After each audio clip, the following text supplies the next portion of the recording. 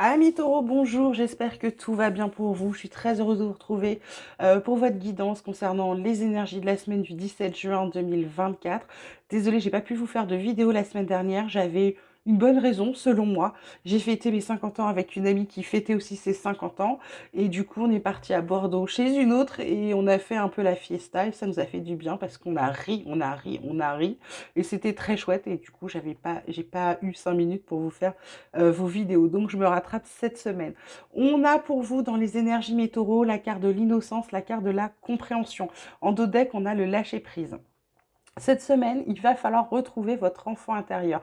Parce que votre enfant intérieur, il sait qu'en fait, on n'a pas de cage. Il sait qu'on n'a pas de conditionnement à avoir. Il suffit juste de lever les yeux et de voir qu'on peut sortir, qu'on est libre, d'accord? Donc pour moi, cette semaine, il va falloir retrouver de la joie de vivre, de la gaieté, ce petit soupçon de naïveté sans être idiot non plus, mais vous voyez ce que je veux dire? Voilà, cette petite étincelle là où on chantonne parce qu'on est content. En plus, votre tirage est très joli. On parle d'argent, on parle de joie, on parle de bouclier. Donc pour moi, il y a peut-être de l'argent à recevoir. Ça peut être aussi une somme d'argent qui arrive ou une prime, une augmentation parce qu'il y a quelque chose à fêter par rapport à l'argent. Alors, allons-y, hein, peut-être un gros tirage, une loterie, quelque chose pour certains. Attention, ça va pas être pour tous les taureaux, mais il y a quelque chose en rapport avec l'argent, avec un gain, avec quelque chose de gagné. Ça peut être aussi le soleil qui rentre dans votre vie, qui met de la joie, de la célébration, d'accord? Et en plus, c'est quelque chose qui va vous protéger, vous mettre à l'abri, d'accord, pour certains. En positif, cette semaine, on vous parle de la carte de l'homme, carte d'action, carte de j'y vais, je fonce, d'accord? C'est une énergie masculine qui va être positive cette semaine.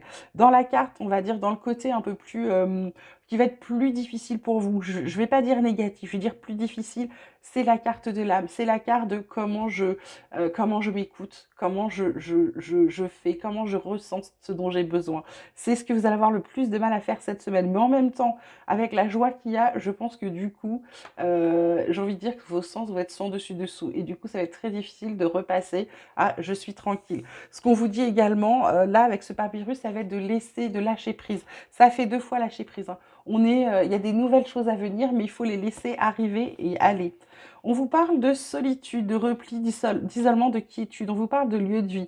Alors, ça peut être le fait aussi de sortir, de partir de chez quelqu'un ou d'aller chez quelqu'un, vivre avec quelqu'un. On rompt la solitude. Ça peut être aussi, pour moi, le fait de se recentrer sur soi. Alors, c'est solitude, mais pour moi, ça peut être aussi le fait de se recentrer sur soi pour pouvoir travailler sur ce qu'on a à travailler. Et ça peut être en lien avec ces cartes-là où je vous dis retrouver votre enfant intérieur pour pouvoir comprendre les choses, pour pouvoir sortir de tout ce qui vous empêche, hein, d'enlever les barreaux qui sont devant vous, les obstacles, ok?